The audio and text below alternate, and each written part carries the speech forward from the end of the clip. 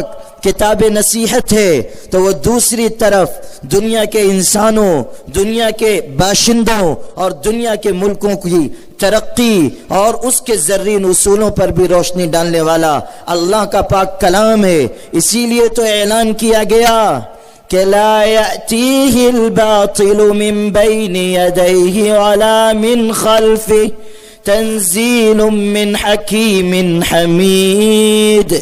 دنیا کی ہر کتاب میں جھوٹی باتیں ہو سکتی ہیں، غلط باتیں ہو سکتی ہیں، باطل باتیں ہو سکتی ہیں، کذب اور دجل اور فریب ہو سکتا ہے، لیکن اللہ کی پاک کتاب ایسی ہے، قرآن ایسی کتاب ہے کہ دائیں سے اور بائیں سے اور آگے سے اور پیچھے سے اور اوپر سے اور نیچے سے اس میں کوئی جھوٹ بات شامل نہیں ہو سکتی۔ یہ زبردست قابل تعریف اللہ کا اتارا ہوا کلام ہے۔ صاف اعلان کیا گیا وَمَا هُوَ بِقَوْلِ شَاعِرٍ قَلِيلًا مَا تُؤْمِنُونَ وَلَا بِقَوْلِ كَاهِنٍ قَلِيلًا مَا تَذَكَّرُونَ تَنزِيلٌ مِّن رَّبِّ الْعَالَمِينَ۔ قرآن شاعری نہیں، قرآن ساحری نہیں، قرآن جادوگری نہیں، قرآن کسی پگلے کا کلام نہیں، قرآن کسی دیوانے کا خواب نہیں۔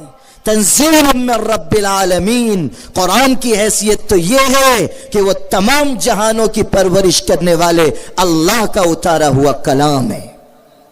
وہ کتاب ہر دیش کی دو بنیادی ضرورتوں پر روشنی ڈالتی ہے۔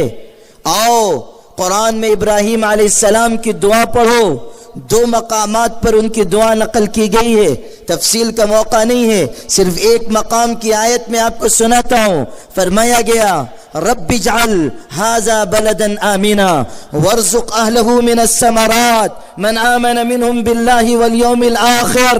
ابراہیم علیہ السلام اللہ سے مانگتے ہیں کہ اللہ میرے اس وطن کو، اس شہر کو، مکہ مکرمہ کو امن والا شہر بنا دے، اور اس شہر کو اللہ، اس شہر کے رہنے والوں کو بہترین روزی عطا فرما۔ قرآن کہہ رہا ہے کہ ہر ملک کی دو بنیادی ضرورتیں ہیں، ایک امن و امان ہے اور دوسرے بہترین معاشی نظام ہے۔ افسوس کہ دونوں چیزیں ہمارے ملک میں تباہ و برباد ہو رہی ہیں۔ امن و امان کا بھی جنازہ نکل رہا ہے، معاشی نظام بھی تباہ ہو رہا ہے، اکنامک سسٹم ختم ہوتا چلا جا رہا ہے۔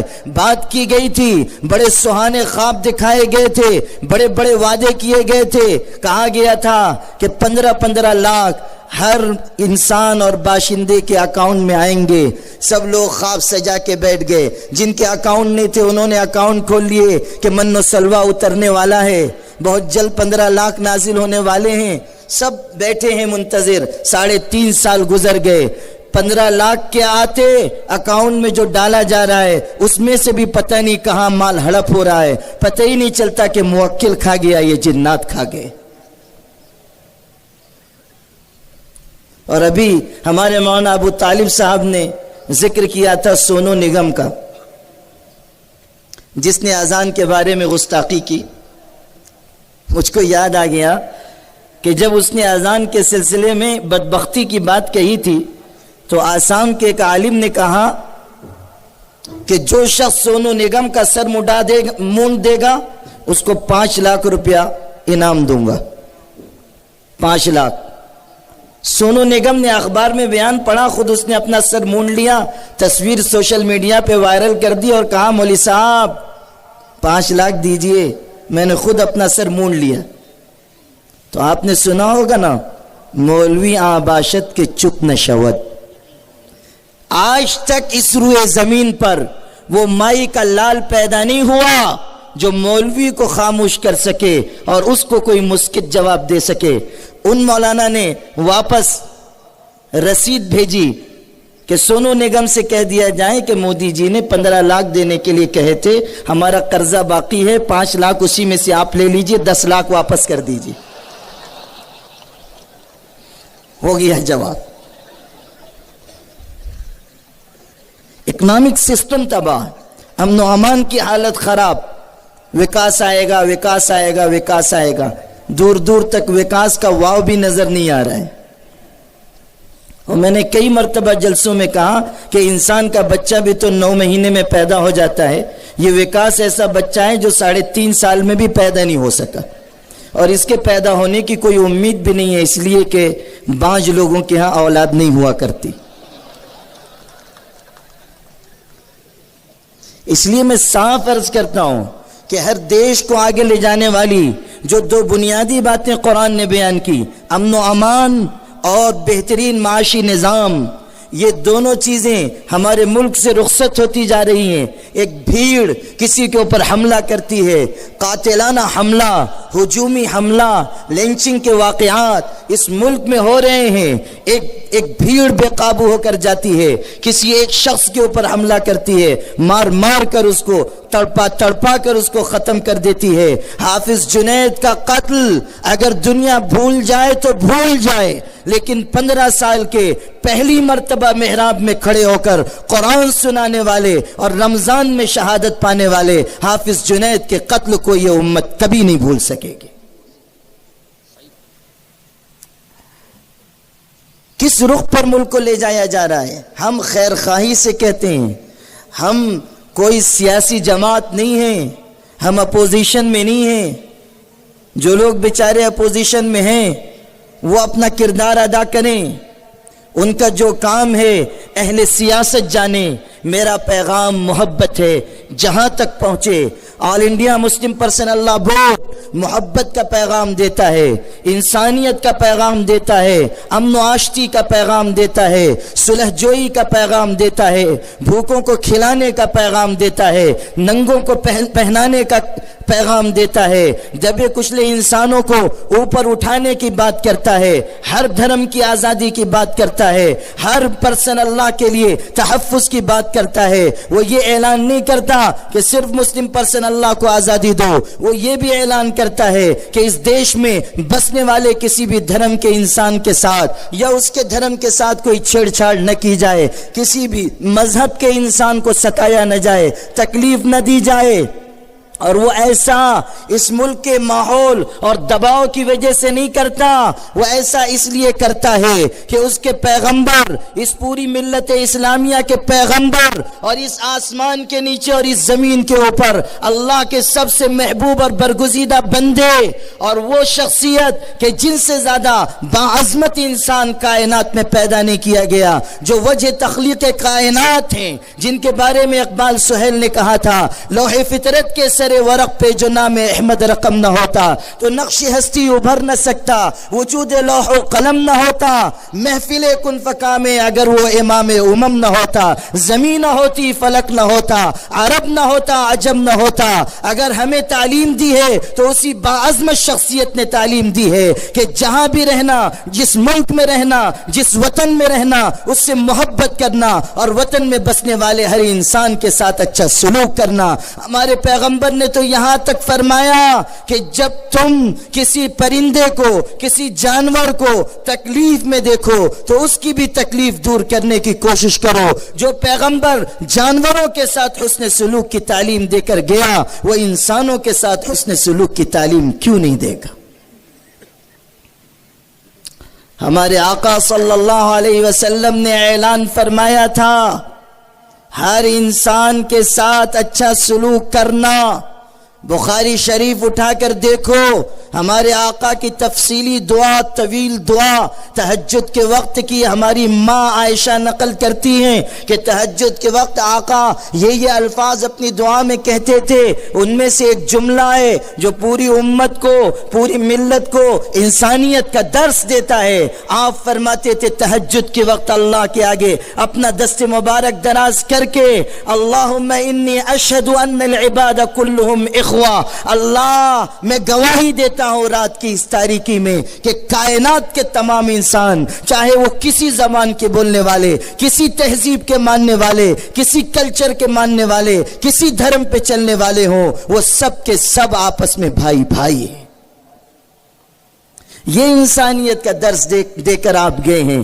اس لیے ہم کسی دباؤ میں بات نہیں کرتے، اور مسلمانوں سے یہ توقع بھی نہیں رکھنی چاہیے کہ وہ دباؤ میں بات کریں گے، اس لیے کہ دب جانے والی قومیں دوسری ہوتی ہیں۔ ہم کو اللہ نے اس ملک میں بھی اور پوری دنیا میں بھی شجاعت اور بہادری دے کر پیدا کیا ہے۔ ہم دبتے نہیں ہیں، ہم دوسروں کو دبانا جانتے ہیں۔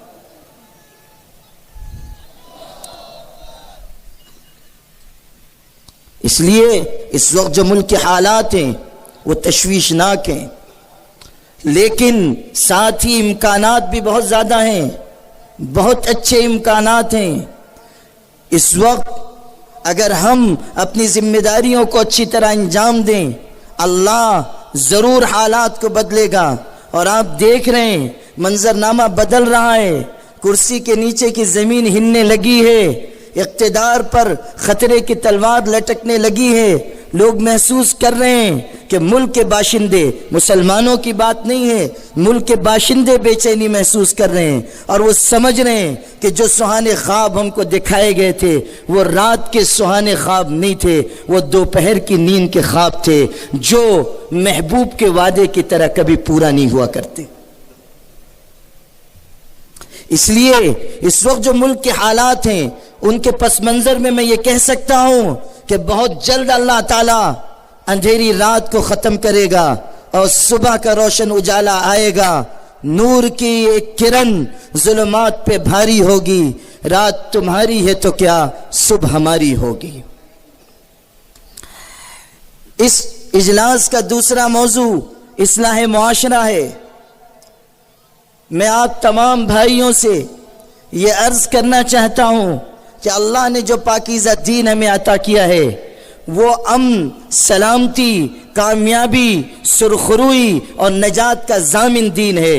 اللہ کا پاکیزہ دین ہمارے اور آپ کے لیے اس دنیا میں بھی عزت کا ذریعہ ہے اور آخرت میں نجات و مغفرت کا ذریعہ ہے۔ اللہ نے اس دین کو مختلف حصوں میں تقسیم فرمایا۔ اس دین کا ایک حصہ عبادات ہیں، اس دین کا ایک حصہ معاملات ہیں، اس دین کا ایک حصہ اخلاق ہیں، اس دین کا ایک حصہ بہترین معاشرت ہے۔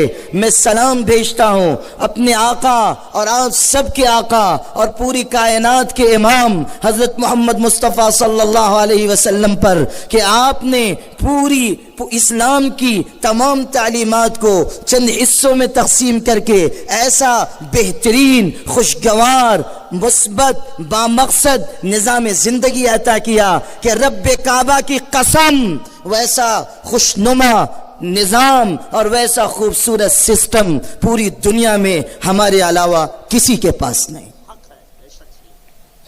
عبادات، تعلیم دی گئی، اللہ کے آگے جھکو، بندگی کرو، نماز پڑھو، روزے رکھو، مال مل جائے حج بھی کر لو، مال آ جائے زکوٰۃ بھی ادا کرو، اور اعلان کیا گیا کہ تمہاری کامیابی نماز میں ہے۔ حی علی الفلاح، آؤ کامیابی کی طرف۔ عجیب ہے اللہ کے پاک رسول کا دیا ہوا نظام۔ دنیا یہ سمجھتی ہے کہ سر اٹھانے میں کامیابی ہے، تخت و تاج میں کامیابی ہے۔ ہمارے آقا سکھا رہے ہیں کہ دنیا داروں کی کامیابی سر اٹھانے میں ہے، تم مسلمانوں کی کامیابی مسجد کی پھٹی ہوئی چٹائیوں پر اپنی پیشانی جھکا دینے میں۔ وَأَقِيمُوا الصَّلَاةَ وَآتُوا الزَّكَاةَ وَارْكَعُوا مَعَ الرَّاكِعِينَ، نماز قائم کرو، زکوٰۃ ادا کرو، رکوع کرنے والوں کے ساتھ رکوع کرو، یعنی با جماعت نماز ادا کرو، ایک صف میں کھڑے ہو جاؤ، امتیاز بھلا دو، تفریق مٹا دو، یہ امیر یہ غریب، یہ عالم یہ جاہل، یہ بادشاہ یہ رعایا، یہ بڑا یہ چھوٹا، یہ اونچی ذات کا یہ نیچی ذات کا، یہ سب بھلا دو اور صاف سمجھ لو کہ نماز کا یہ پیغام ہے کہ الناس سواسیۃ کاسنان المشط، دنیا کے تمام انسان اسی طرح برابر ہیں جس طرح کنگھی کے دندانے آپس میں برابر ہوتے ہیں۔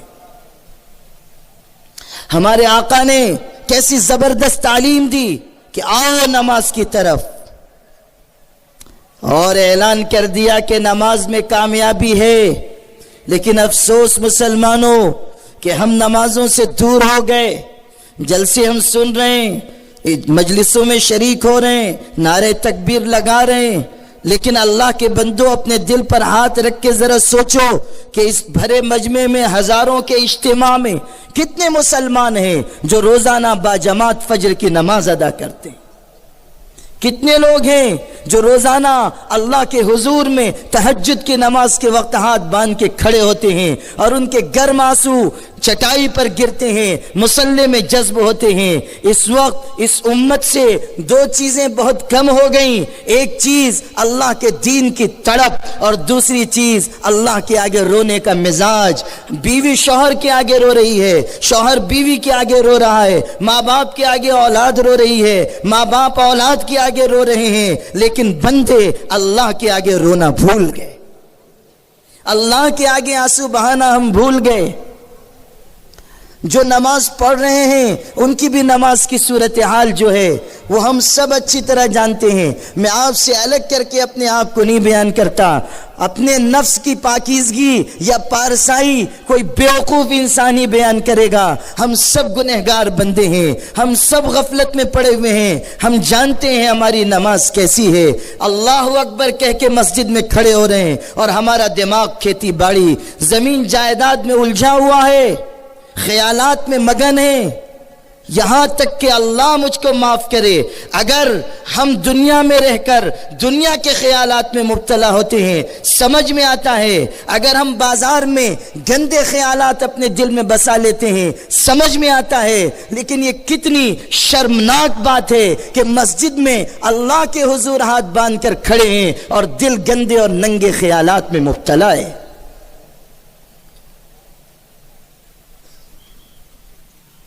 اللہ کے بندو اپنی ذات پر غور کرو، سوچو کہ ہماری نمازیں کیسی ہیں۔ قرآن اعلان کر رہا ہے قد افلح المؤمنون الذین هم فی صلاتهم خاشعون، وہ مسلمان کامیاب ہوئے جو اپنی نمازیں دھیان سے پڑھنے والے ہیں۔ کہاں گیا دھیان؟ اللہ میرے والد ماجد رحمت اللہ علیہ کی قبر کو نور سے بھر دے، وہ فرمایا کرتے تھے کہ ہماری نماز تو ایسی ہے کہ نماز میں رکوع میں جھکنے لگے اور 5 روپے کا ڈالر جیب سے زمین پر گر گیا اور ذرا چلتا ہوا پڑوس والے کی طرف جانے لگا تو ہم نماز میں کھانستے ہیں۔ اس کا ترجمہ کیا ہے؟ بازو والے کو کہتے ہیں خبردار، دیکھنا بھی نہیں میرا پیسہ ہے، تنبیہ۔ اتنا خیالات میں منہمک ہو جاتے کہ پتہ ہی نہیں چلتا کہ کتنی رکعت نماز ہوئی۔ جب امام کے ساتھ امام نے سلام پھیر دیا اور چند رکعت چھٹی ہوئی ہے، اب کھڑے ہوئے نماز بقیہ رکعتیں دہرانے کے لیے، تو سوچ رہے ہیں کہ کتنی رکعت امام کے ساتھ پڑھی اور کتنی چھوٹ گئی۔ تو ہم بھی تو ماشاءاللہ عقل مندوں کے امام ہیں۔ جب عقل بٹ رہی تھی تو دوسرے لوگ تو چھوٹے چھوٹے کٹورے لے کے گئے تھے، ہم سلیمان علیہ السلام والی جناتوں کی دیگ لے کے گئے تھے۔ تو ہم خیال کرتے ہیں کہ یہ جو میرا پڑوسی ہے یہ بھی تو میرے ساتھی نماز میں شریک ہوا تھا نا، اس کی جتنی چھٹی ہوگی اتنی تو میری بھی چھٹی ہے، تو جتنی یہ پڑھے گا اتنی میں پڑھوں گا۔ تو اس دن ذرا لمبی رکعت پڑھتے ہیں تاکہ بازو والا رکوع کرے۔ مصیبت اس وقت ہوتی ہے جب بازو والا بھی یہی سوچ لیتا ہے کہ اس بازو والا جتنی پڑھے گا اتنی میں پڑھوں گا، پھر دونوں لمبی رکعت پڑھتے ہیں، ایک سورہ بقرہ دوسرا سورہ آل عمران، دونوں ہی رکوع نہیں کرتے، کھڑے ہوئے ہیں انتظار